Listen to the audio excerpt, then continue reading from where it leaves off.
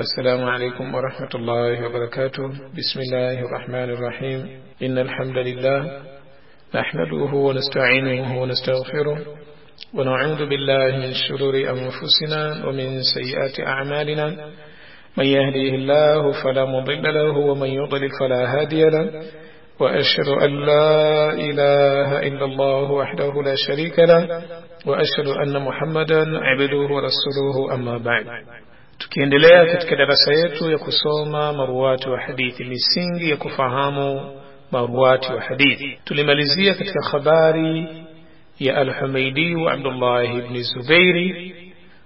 Katika darasa ya kwanza Abdullah ibn Zubairi ndio tulimaliza habari yake, na tumeshaelezea kuhusiana Sufyan ibn Uyayna na tumeshamuelezea habari zake. Sufyan qala asema hadathana Yahya ibn Sa'id al-Ansari, katika sanadi yetu ambayo ndio tuko nayo katika hadithi ya kwanza ndani ya sahihi al-Bukhari, ndio kitabu tulichokichagua sisi tukitumia katika kama ni tatbiq mifano ya kusoma maruwatu ya hadithi. Kwa hiyo Sufyan ibn Uyayna qala hadathana Yahya ibn Sa'id al-Ansari. Yahya ibn Sa'id al-Ansari ni mwalimu wa Sufyan ibn Uyayna. La kwanza ni kufahamu jina kama ambavyo tumetanguliza. Kwa hiyo jina hapa lipo ni Yahya ibn Sa'id al-Ansari. Kwa hiyo sisi tutaelezea tu nyongeza kidogo kwa ni Yahya ibn Sa'id ibn Qais ibn Amr ibn Salim ibn Tha'laba al-Ansari. Pili tukasema kunia, kwa sababu ya wakati inaweza kuwa marwati wana jina moja Yahya ibn Sa'id. Kama utachukua kitabu cha taqrib cha Imam Ibn Hajar al-Asqalani utakuta Yahya ibn Sa'id wako wengi. Kuna Yahya ibn Sa'id ni Qattan, tumeshamuelezea habari zake jana, ni mwanafunzi wa Sufyan ibn Uyayna, ni mwanafunzi wa Shu'ba ibn al-Hajjaj. Na Yahya ibn Sa'id al-Qattan yani mtu wa Basra, na huyo Yahya ibn Sa'id al-Ansari yeye ni mtu wa Madina. Lakini ikiwa mtu kasema kwamba amesimulia Yahya, tena kuna utofauti baina ya Yahya ibn Sa'id al-Ansari huyo na Yahya ibn Sa'id al-Qattan. Kuna utofauti, na utofauti unakuja kwamba huyu yeye ni katika matabiina, na Yahya ibn Sa'id al-Qattan yeye ni katika atba'u at-tabi'ina, tena daraja ya mwisho. Kwa hiyo ukiwachanganya katika pengine khabar ambayo umeisikia, basi utakuwa umetoa, kuna watu wameshawafuta. Yani Yahya ibn Sa'id al-Qattan anaweza kusikia kutoka kwa Ibn Sa'id al-Ansari, anaweza, kwa sababu huyu Yahya ibn Sa'id al-Ansari yeye ni katika matabiina wadogo walioishi na matabiina wakubwa, wakawaona wachache mmoja wawili katika masahaba. Kwa hiyo yeye ni mdogo, na Yahya ibn Sa'id al-Qattan katika tabaka ya matabiina ni mdogo. Kwa hiyo hawa wanaweza kuonana na mmoja akachukua kutoka kwa mwingine. Kwa hiyo nukta iliyokuwepo ni katika jina, kwamba baadhi ya wakati wanaweza kuwa wote ni katika maulama, majina yamefanana. Sisi tunatumia kunia kwa ajili ya baadhi ya wakati tuweze kufahamu kwamba huyo ni nani na huyu mwingine ni nani. Na ndio maana hichi kipengele cha kufahamu kunia za marwatu wa hadithi ni kipengele nyeti sana sana sana kwenye fani yetu sisi ya hadithi, na kipengele hichi sisi tunakitumia kwa ajili hata baadhi ya wakati kutofautisha baina ya watu waliokuwa ni madhaifu na watu waliokuwa ni mathiqa. Kwa hiyo Yahya ibn Sa'id al-Qattan yeye kunia yake anaitwa Abu Sa'id. Kwa hiyo ni Sa'id, halafu kunia yake yani anaitwa Yahya ibn Sa'id al-Qattan na kunia yake ni Sa'id. Na huyu Yahya ibn Sa'id al-Ansari kunia yake vile vile ni Abu Sa'id. Kwa hiyo Yahya ibn Sa'id al-Qattan kunia yake ni Abu Sa'id, na Yahya ibn Sa'id al-Ansari kunia yake ni Abu Sa'id. Kwa hiyo kwenye nukta hii jina la mtu na la baba linafanana na kunia inafanana. Hapa sasa sisi tunaingia katika nukta ya pili ambayo ni kuangalia katika mji. Hapa tutapata utofauti, kwamba utofauti ni kuwa Yahya ibn Sa'id al-Qattan yeye ni mtu wa Basra, Yahya ibn Sa'id al-Ansari yeye ni mtu wa Madina, ingawa kunia yao wote ni Abu Sa'id miji. Kwa hiyo ndio maana tukasema mtu anayesoma marwatu ya hadithi anatakiwa apite ile misingi ya ahlul ilm, kila kitu kiwe kina umuhimu. Kwa nini sisi tunasoma kunia? Kwa sababu kuna baadhi ya marwatu wanafanana majina, kunia zao tofauti. Kwa nini sisi tunasoma kunia? Kwa sababu kuna baadhi ya marwatu wanafanana jina lake na la baba na kunia, lakini mji tofauti, kama alivyokuwa Yahya ibn Sa'id al-Qattan na Yahya ibn Sa'id al-Ansari. Hawa wote ni watu ambao wanakunia moja Abu Sa'id, utofauti katika miji, katika mwaka wa kufariki, mwaka wa kuzaliwa, huko ndio kuna utofauti. Lakini vile vile kwa tabaka. Kwa hiyo hapa sasa sisi ndio tutajua kwa Yahya ibn Sa'id aliyokusudiwa hapa ni yupi. Kunia ni Abu Sa'id, huyu tulikuwa naye, na yeye ni katika maansari, watu wa Madina. Ndio maana ushura wake anaitwa al-Ansari. Ukisema al-Ansari maana yake ni huyo Yahya ibn Sa'id al-Ansari. Tabaka namba 5. Tulisema tabaka za matabiina ziko 5, ukitoa tabaka ya kwanza ya masahaba. Kwa sababu tushaingia katika matabiina, huyu ni tabiina wa kwanza ambaye tunamsoma katika darasa yetu, itatulazimu tuelezee hawa matabiina habari yao ikoje. Tabaka ya kwanza ni masahaba, tabaka ya pili ni matabiina wakubwa, tabaka ya tatu ni matabiina wakati na kati, na tabaka ya 4 ni matabiina wadogo. Tutapita hatua kwa hatua, tutawaona wote. Na tabaka namba 5 ni wale ambao wameishi na wachache katika matabiina, yani hawakukutana na matabiina wengi, tukakutana matabiina 2 watatu, ndio anakuwa yupo katika tabaka namba 5. Na namba 6 ni wale walioishi na hawa walioishi na matabiina wachache, yani wale ambao walikuwa umri wao wameishi na hawa walioishi na matabiina wachache, ni hawa watu wa tabaka namba 5. Na ndio maana kuna khilaf kwa Abu Hanifa, je ni katika matabiina au katika atba'u at-tabi'in, kuzingatia kwa je yeye aliwaona masahaba. Kwa hiyo kwa sababu hakuwaona masahaba, kwa baadhi ya kauli ni kuwa haingii katika matabiina. Lakini tukizingatia muda, katika tabaka namba 6 wale ambao waliishi na wale walioishi na masahaba wachache, Abu Hanifa atakuwa ni katika matabiina. Lakini tabaka namba 6 pamoja na kina Ibn Jurayj. Barakallahu fikum. Kwa hiyo namba 5 ni tabaka ya wale walioishi na masahaba wachache, yani kama ni mtu ambaye umesoma tabaka za ahlul ilmi, ukisikia tu tabaka namba 5 unajua kuwa huyu ni katika matabiina ambao umeishi na wachache katika masahaba wa Mtume sallallahu alayhi wasallam. Faida ya kufahamu tabaka namba 5 kama tulivyoelezea ni kuwa tabaka namba 5 walimu wao wanakuwa ni wale matabiina wakubwa. Anaweza chukua ilmu kwa sahaba mmoja, wawili, watatu, lakini walimu wake hasa ni wale matabiina wakubwa, kina Sa'id ibn Musayyab na wengine ambao wapo, bali yeye anakuwa walimu wake ni kuanzia tabaka namba 4, tabaka namba 3, tabaka namba 2, yani wale wote ambao Yahya ibn Sa'id ibn Qais al-Ansari ambao wako juu yake inakuwa ndio walimu wake. Yani kuanzia tabaka ya Muhammad ibn Shihab az-Zuhri ni tabaka yake yeye, ambayo ni tabaka ya walimu wa Yahya ibn Sa'id al-Ansari. Kwa hiyo anaweza chukua ilmu kwa watu wa tabaka namba 4, ni matabiina wadogo ambao ni kina Muhammad ibn Shihab az-Zuhri, na anaweza chukua kwa tabaka namba 3 vile vile ambao ni katika matabiina, na tabaka namba 2 ambao wao ndio wakubwa katika matabiina. Kwa hiyo katika fani ya hadithi atakuwa Yahya ibn Sa'id al-Ansari, walimu wake yani baina yake na Mtume sallallahu alayhi wasallam kuna watu aina 2.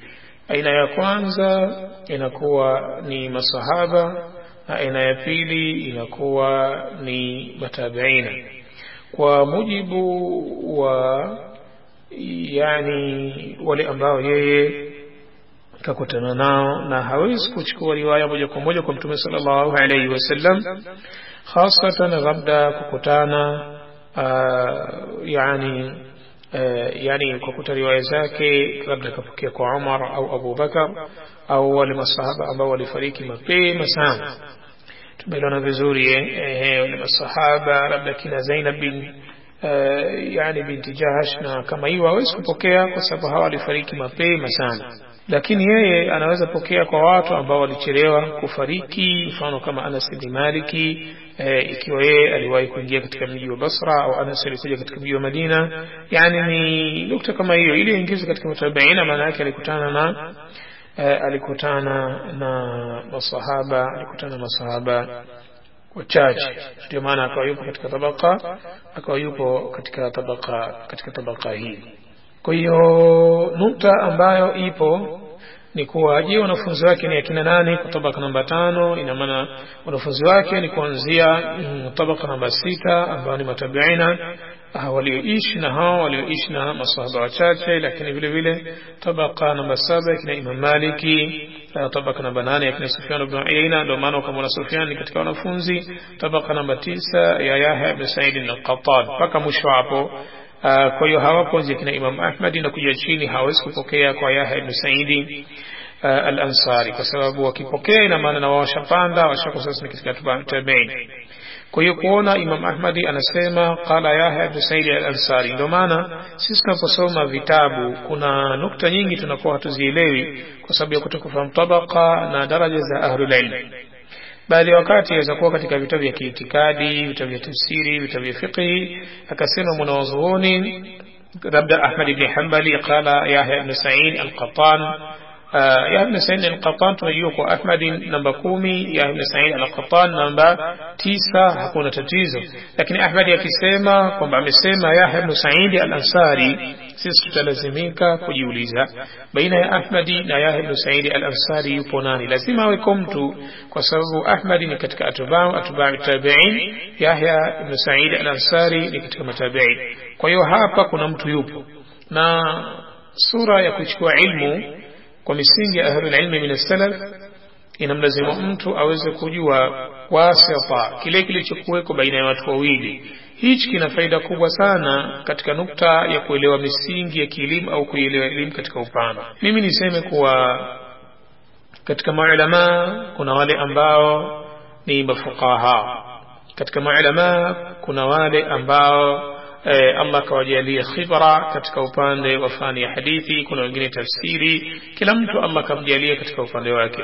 Lakini katika upande wa marwatu vile vile kuna watu ambao ni maulama, yani walikuwa ni marejeo katika fununi za kielimu, na kuna marawi ambao wao walikuwa wanajua tu baadhi ya hadithi wameziandika, hata hawajahifadhi wala hawafahamu kiupana maana ya kile kilichokuwa kimo ndani ya hadithi. Kwa hiyo kuna tofauti katika rawi kuwa ni alim alafu kuwa rawi yani yeye kabeba lakini hafahamu kiupana kilichokuwa ndani. Sisi anaponakili Imam Ahmad ibn Hanbali kutoka kwa mmoja katika watu wa karne 3 bora, kufahamu Ahmad kanakili kwa nani, huyu ni nani, ana wasifu gani katika pande za kielimu, ni jambo kubwa sana. Tutajuaje? Ina maana sasa lazima tuangalie Ahmad ibn Hanbali hii nakala aliyochukua kutoka kwa Al-Hasan mfano Al-Basri, kuna nani baina yake, baina ya Ahmadi na Al-Hasan.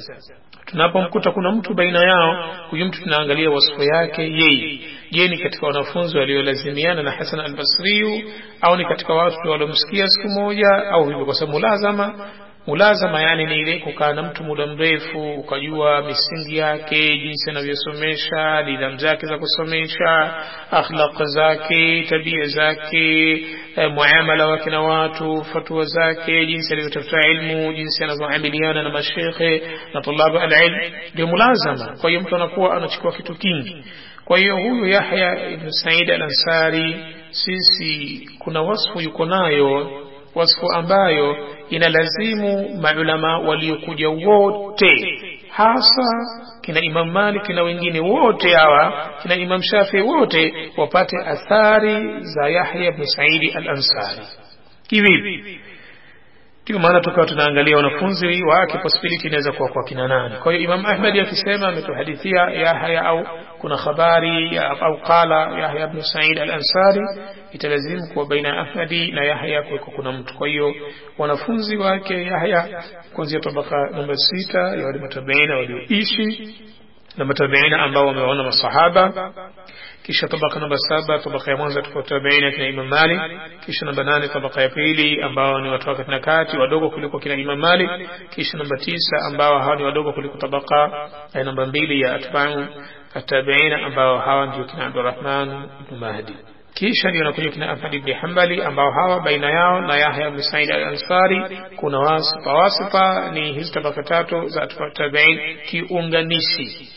Kwa hiyo wao hawezi kuchukua moja kwa moja kutoka juu mpaka, lazima waweko na shekhe hapa ambaye ndio anachukua juu na unganisha kwa wao ndio inafika huko chini. Hii ndio halawa ya kusoma sanadi. Huyu alikuwa katika mji wa Madina, ni katika maulama wa madrasa ya Madina, na kafariki mwaka 143 hijiria. Mwaka 143 hijiria yeye ndio kafanya nini, kafariki. Na Sufyan ibn Uyayna ambaye ndio mwanafunzi wake hapa, yeye kazaliwa mwaka 107 hijiria. Kwa hiyo bila shaka Sufyan yani maana yake wakati anafariki taban yani mwalimu wake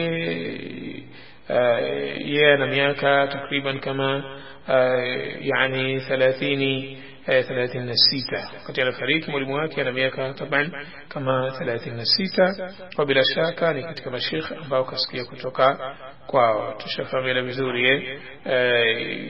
Kwa hiyo Yahya ibn Sa'id al-Ansari ni katika maulama wakubwa. Kuna mtu anaitwa Ali ibn al-Madini. Hapa leo tunamgusia mbabe mmoja hivi katika fani ya hadithi na ilal, anaitwa Ali ibn al-Madini. Hawa ahlul ilm ukiwataja, ukimtaja Ali yuko tabaka namba 10 ya kina Imam Ahmad ibn Hanbali. Ali ibn al-Madini yupo tabaka ya Imam Ahmad ibn Hanbali, tabaka namba 10. Na Ali ibn al-Madini yeye ndiye ambaye yani ana maneno ambayo maneno hayo ndio sisi tutayatumia leo. Kabla ya kumtaja Ali ni nani, sisi tutaelezea kitu kuhusiana na maneno ya Ali ibn al-Madini ili tuweze kumfahamu Ali ni nani. Taban kwanza Ali ibn al-Madini ni mwana wa zuoni ambaye Allah tabaraka wa taala alimpa maarifa makubwa sana katika fani ya hadithi, katika ile fani ambayo watu wengi sana wanaifukuzia, fani ya ilmu. Imam al-Bukhari ambaye ndio kitabu chake tumekichagua kama mfano wa kusoma ilmu hii, yeye anasema mastasaghartu nafsi inda ahadin illa inda Ali ibn al-Madini. Sijawahi mimi kuidogosha nafsi yangu, yani kujiona mimi mtoto kwenye fani ya hadithi kwa mtu yote ila Ali ibn al-Madini. Mwingine atauliza sasa Ali ni nani? Ana mwingine anauliza Ali ibn al-Madini ni nani hata awe na wasfu namna hiyo. Ali ibn al-Madini ni katika watu ambao Allah tabaraka wa taala yeye mwenyewe amewachagua kuwapa khibra. Mimi nielezee tu katika wasfu zake. Ali ndio mwalimu wa Imam Ahmad ibn Hanbali, yani katika walimu. Ali ni mwalimu wake Imam al-Bukhari. Ali ni mwalimu wa kuna watu kama Ash-Shadhakuni. Kuna watu wengi ambao ni maulama wakubwa walikuwa wakichukua elimu yao kutoka kwa Ali ibn al-Madini. Kwa hiyo Ali ibn al-Madini Allah tabaraka wa taala alimjalia ni katika watu ambao walipata yani manake umaarufu mkubwa sana katika fani ya ilmu. Katoka katika eneo lile ambalo alikuwa Shu'ba ibn al-Hajjaj alipoishi, kwa sababu Shu'ba kazaliwa Wasit ni mji katika Iraq, kisha akaja akakaa katika eneo ambalo linaitwa Basra. Hiyo vile vile alikuwa Ali ibn al-Madini. Sema Ali ni mdogo sana kuliko Shu'ba. Ali alikuwa Basra, na yeye ni katika maulama ambao tabaka namba 10 na ndiye raisi wa elimu ya ilal.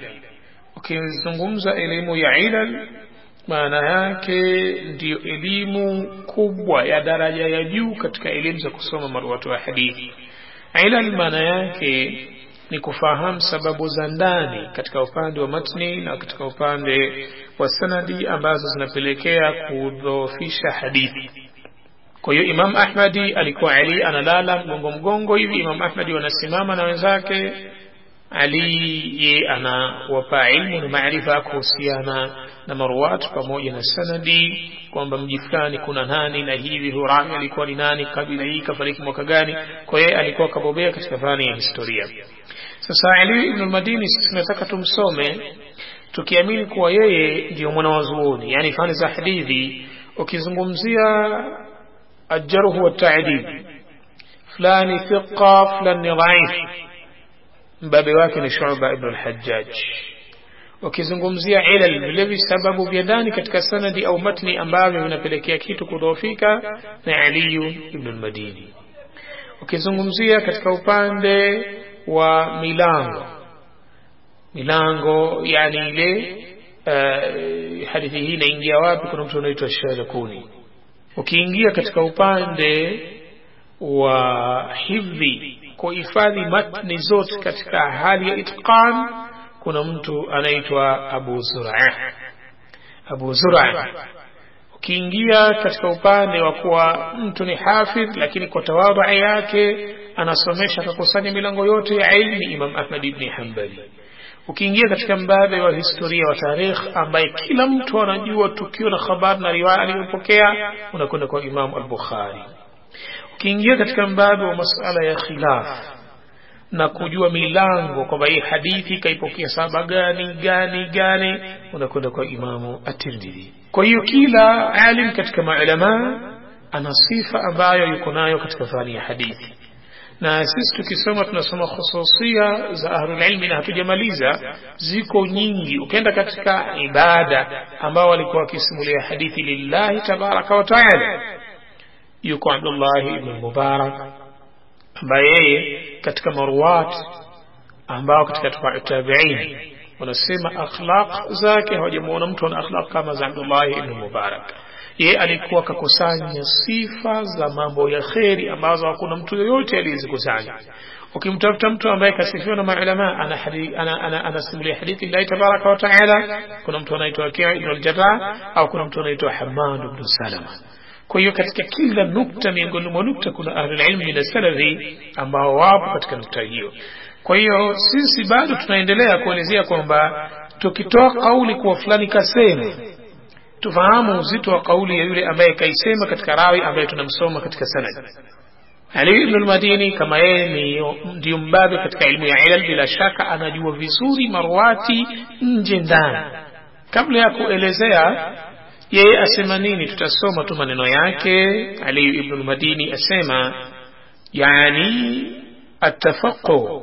Imam al-Bukhari asimulia, qala asema al-Bukhari katika habari ambayo ameisimulia, akhraja Abu Muhammad الرامهرمزي في كتابه المحدث الفاصل.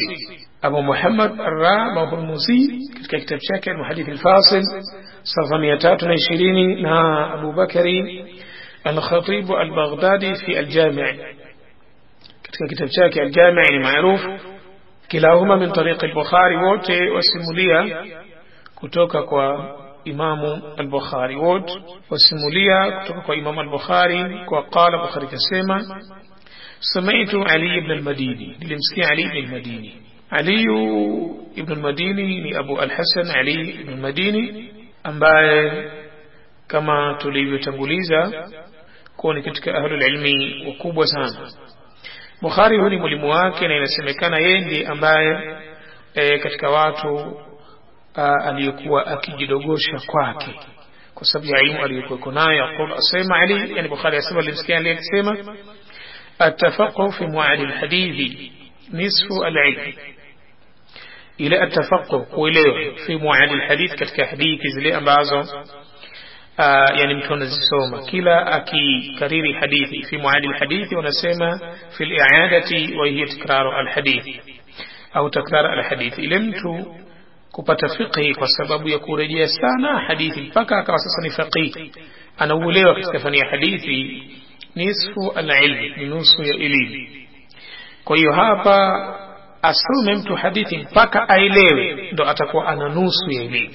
Yani mtu akiwa tu ana hadithi chache anazozifahamu au hana khibra katika kuelewa matni za hadithi, asidhani kwa yeye ameshapata nusu ya elimu au ameshaelewa hadithi. Hapana, hata nusu hajafika.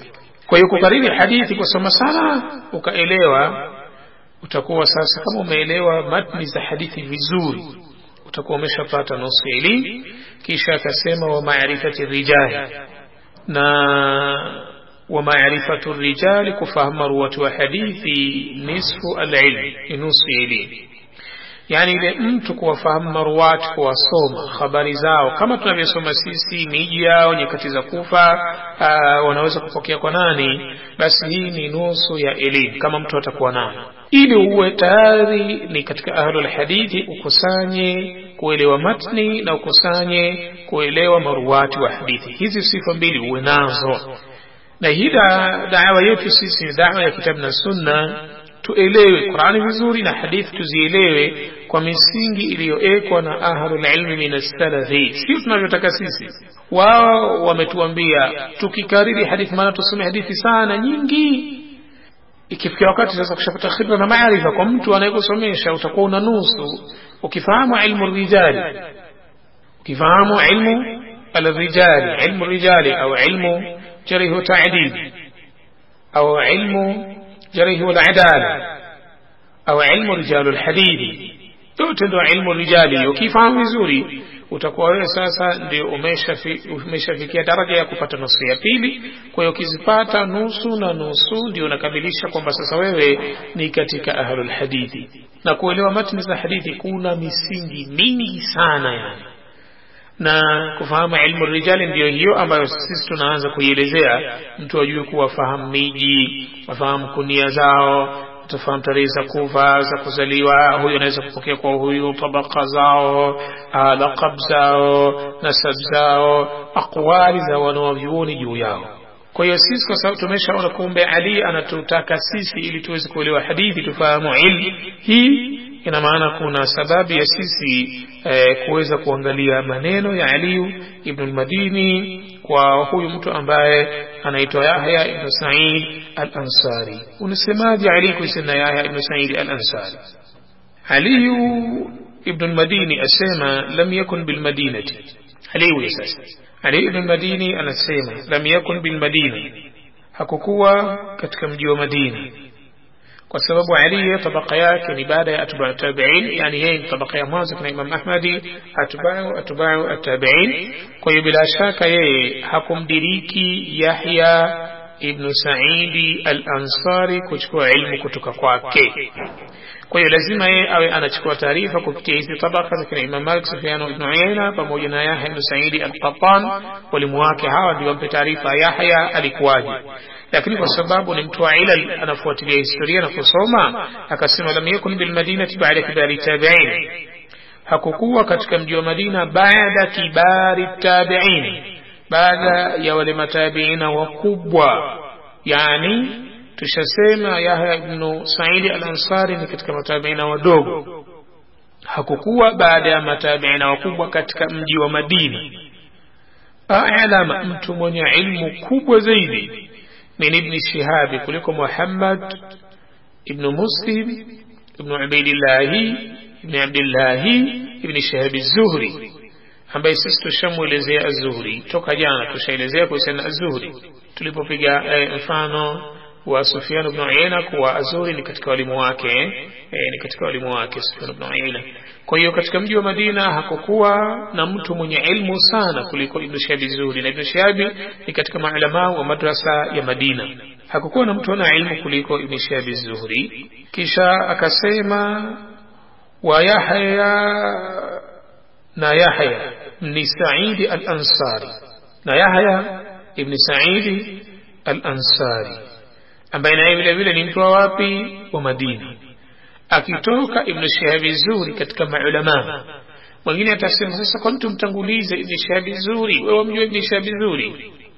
Ibn Shihab az-Zuhri ndiye mwanazuoni ambaye alipewa amri na Umar ibn Abdul Aziz kwa agizo la kiserikali aandike hadithi za Mtume sallallahu alayhi wasallam. Yeye ndiye ambaye kaanza kuandika hadithi katika sura ya agizo la kiserikali, pamoja na mtu mwingine anaitwa Abu Bakr ibn Hazmi. Hawa watu wawili. Kwa nini? Kwa sababu anasema Ibn Shihab az-Zuhri sifa yake alikuwa katika kila mahala anasoma kwa elimu katika maulama, alikuwa haachi kitu ila anakiandika. Kwa hiyo alikuwa kakusanya kitu kingi sana katika sunna za Mtume sallallahu alaihi wasallam, akapewa agizo na Umar ibn Abdul Aziz aandike. Kwa bila shaka alikuwa na elimu kubwa sana. Huyu ni Mquraish ambaye alikuwa yupo katika mji wa Madina. Kwa hiyo yeye anatangulizwa kwa sababu ilmu na kitu. Nadhani hapo Umar, kama Umar akitoa agizo mtu aandike, ujue ni kuwa huyo mtu sio wa kawaida. Kwa hiyo akapewa agizo aandike. Ina maana Ibn Shihab akiwa ni katika matabiina wadogo tabaka namba 4 akafanya kazi ambayo kaitaka Umar ibn Abdul Aziz ya kukusanya hadithi za Mtume sallallahu alayhi wasallam. Na Yahya ibn Sa'id al-Ansari ni katika kibar at-tabi'in. Kiambwa kibar, ukiambiwa mtu ni katika matabiina halafu akaitwa kibar, ujue ni wale wa mwanzo waliopokea kutoka kwa masahaba. Sasa huyu Yahya baada hawa kina Sa'id ibn Musayyab walikuwa katika mji wa Madina na wengine katika matabiina wakubwa. Baada ya hawa wakiwatoa hawa daraja yao kwamba walikuwa ni maulama, wanaofuata katika ilmu na maarifa alikuwa Ibn Shihab na Yahya ibn Sa'id al-Ansari, kisha wa Abi az-Zinadi, kisha Bukair ibn Abdullah ibn al-Ashaj. Hao wote kina Abu Zinadi na Bukair ibn Abdullah ibn al-Ashaj insha Allah tutakuja kuwasoma katika sehemu yao, kwa sababu nukta hapa sisi tunaimtaka tu ni Yahya ibn Sa'id al-Ansari, na tumemuelezea Ibn Shihab az-Zuhri kwa sababu tayari tumeshatanguliza kumpigia mfano jana kwa ajili ya kuongeza ziada ya maalumat kile tulichokiacha, na kadri tutakavyoenda tutakuwa tunaongeza nyama. Kwa hiyo katika rawi basi tutaunganisha maalumati ya kule na ya huko, anaongeza kitu. Kwa hiyo huyu yani Yahya ibn Sa'id al-Ansari, mpaka hapa tutakuwa tayari kile ambacho kwamba tumetaka sisi tukieleze. Mpaka hapa kile ambacho kwamba sisi tumetaka tukieleze kitakuwa tayari tumemaliza. Na kuna tazkia ambayo tutaimalizia aliyoipata Yahya ibn Sa'id al-Ansari kutoka kwa Sufyan ath-Thawri. Sufyan ath-Thawri ni katika watu wa Kufa, Iraq. Kuna tazkia kasema kamsifu Yahya ibn Sa'id al-Ansari akisema kana Yahya ibn Sa'id al-Ansari ajallu 'inda ahli al-Madinati min az-Zuhri. Yani Yahya ibn Sa'id al-Ansari watu wa Madina walikuwa wakimpa nafasi kubwa sana kuliko Muhammad ibn Shihab az-Zuhri. Na ukiona hivyo ujue kuwa yeye alikuwa vile vile si mtu wa kawaida, ni mtu ambaye alikuwa ana khibra, ni mtu ambaye alikuwa ana maarifa, ni mtu ambaye alikuwa ni imam min a'immati muslimin, alikuwa ni imam katika maimam. Kwa hiyo tukimwangalia Sufyan kupitia kile ambacho kwamba sisi tumekipita ni katika maimam, tukimwangalia Yahya ibn Sa'id al-Ansari vile vile ni katika maimam, na tukimwangalia al-Humaydi vile vile ni katika maimam. Nadhani haya ni mambo ambayo sisi tumeshaelezea. Na Abu Hatim al-Razi ndiye ambaye kwamba kasema kwamba thiqatun imam, kwamba al-Humaydi ni thiqa imam. Na kuhusiana na Sufyan ibn Uyayna tumepita kwa Yahya ibn Sa'id al-Qattan kasema Sufyan imam al-qawm, kwamba Sufyan ni imam. Na tukipita katika Yahya ibn Sa'id al-Ansari kuna mtu anaitwa Ubaydullah ibn Abi Habiba al-Hijazi, yeye alichokisema kuwa laysa min ashabi al-khusuma. Yahya ibn Sa'id al-Ansari hakuwa ni mtu wa magomvi, inma huwa imamun min a'immati al-muslimin, lakini ni imam katika maimamu wa Uislamu. Kwa hiyo tukimtazama al-Humaydi kapewa tazkia, tukimtazama Sufyan vile vile kapewa tazkia, al-Humaydi kapewa tazkia na Abu Hatim al-Razi, na Sufyan kapewa tazkia na Yahya ibn Sa'id al-Qattani, na Yahya ibn Sa'id al-Ansari kapewa tazkia na Ubaydillah ibn Abi Habiba al-Hijazi. Wote wamesifiwa kuwa ni maimamu. Kwa hiyo hapa tutakuta kuwa huyu ndio Imamu al-Bukhari.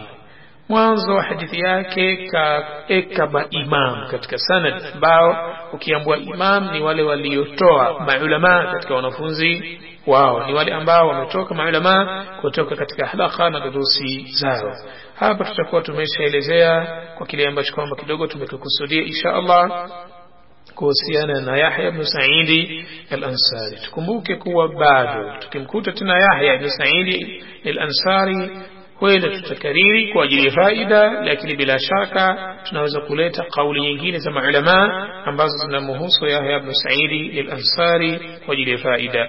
Tukumbuke sisi tunachokisoma ni misingi, na ndio maana tulete kauli nyingi, kwa sababu viko vitabu ambavyo tukivitumia kama vitabu vya Siyar A'lam an-Nubalai, kuna vitabu vingi kama tarikh za kina Imam al-Bukhari, kama kuna vitabu Thiqat ibn Hibban, kama kuna vitabu Tabaqat ibn Sa'di, kuna vitabu vingi tukivitumia tukachukua habari zao tutatoa maelezo mengi, lakini nukta sio kuelezea historia. Nukta ni kuelezea vipengele vya misingi ya mtu kufahamu ruwati wa hadithi. Ndio maana tukawa tunagusa kwamba hawa ni kibar, hawa ni maulama wakubwa, na hapo tutakuwa tayari tumeshaelezea. Tukumbuke kuwa Yahya ibn Sa'id hapa kasifiwa kwa ni mtu wa Madina, ila vile vile aliwahi kuingia katika mji wa Iraq huko al-Kufa. Aliwahi kuingia Yahya ibn Sa'id, aliwahi kuingia katika mji wa al-Kufa. Habari yake kiufupi tutakuja kuelezea kile ambacho kwamba kimesimuliwa, lakini insha Allah kwa hapa tutakuwa tumemalizia katika rawi huyu namba 3 katika darasa yetu ya kusoma ruwati wa hadithi, yani kusoma misingi ya kuelewa fani ya hadithi au misingi ya kuelewa maruwati wa hadithi. Tutakuwa tumeishia hapa, na insha Allah bi'aunillahi tabaraka wa taala bado safari yetu inaendelea katika sandi ya kwanza. Bado safari yetu inaendelea katika sandi ya kwanza. tumeshamaliza watu watatu. Qala hadathana, yani qala al-Bukhari rahimahullah hadathana al-Humaydi, bal hata Bukhari tushaelezea kwamba kwa ni Bukhara na kadha wa kadha. Tumeshaelezea sehemu katika habari za yeye kutoka Khurasan na mji wake ni upi, na mji wake na Imam Muslim ni upi, wakina Tirmidhi ni upi, Qutayba ibn Sa'id ni upi, na Bukhari sehemu kusema yeye. Kwa hiyo itakuwa sasa yeye ni wa kwanza, kisha akasema hadathana al-Humaydi Abdullah ibn Zubayr wa pili, qala hadathana Sufyan wa tatu, qala hadathana Yahya ibn Sa'id al-Ansari, ambaye huyo tumeshaelezea kwa kafariki au nakumbuka kwa tukuelezea au tumeelezea kwamba huyu Yahya ibn Sa'id al-Ansari kafariki mwaka 143 Hijiria. Tulishaelezea, ndio maana tukataja kwamba Sufyan ibn Uyayna mbele yani anafariki huyu Yahya ibn Sa'id al-Ansari, tukasema takuwa takriban ana miaka 36. Kwa tulishaelezea kwamba Yahya ibn Sa'id al-Ansari kafariki mwaka 143 Hijiria na ni katika watu wa Madina. Kwa hiyo insha Allah bi'aunillahi tabaraka wa ta'ala tutaendelea kwa mtu anayefuata. Qala, yani Yahya ibn Sa'id al-Ansari akasema, qala akasema, akhbarani Muhammad ibn Ibrahim at-Taymi. Watakuja kuendelea kwa mtu anaitwa Muhammad ibn Ibrahim at-Taymi. Wallahu tabaraka wa ta'ala a'lam. Subhanaka Allahumma wa bihamdika nashhadu an la ilaha illa anta nastaghfiruka wa natubu ilayk. Barakallahu fikum.